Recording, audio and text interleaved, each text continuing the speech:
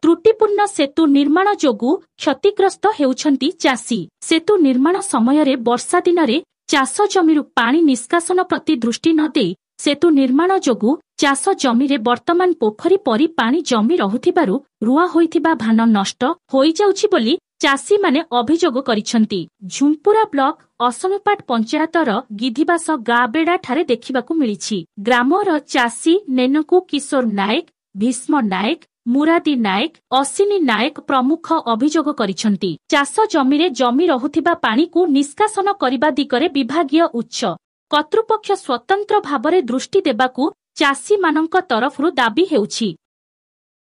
Bureau report Baitarani Khabar.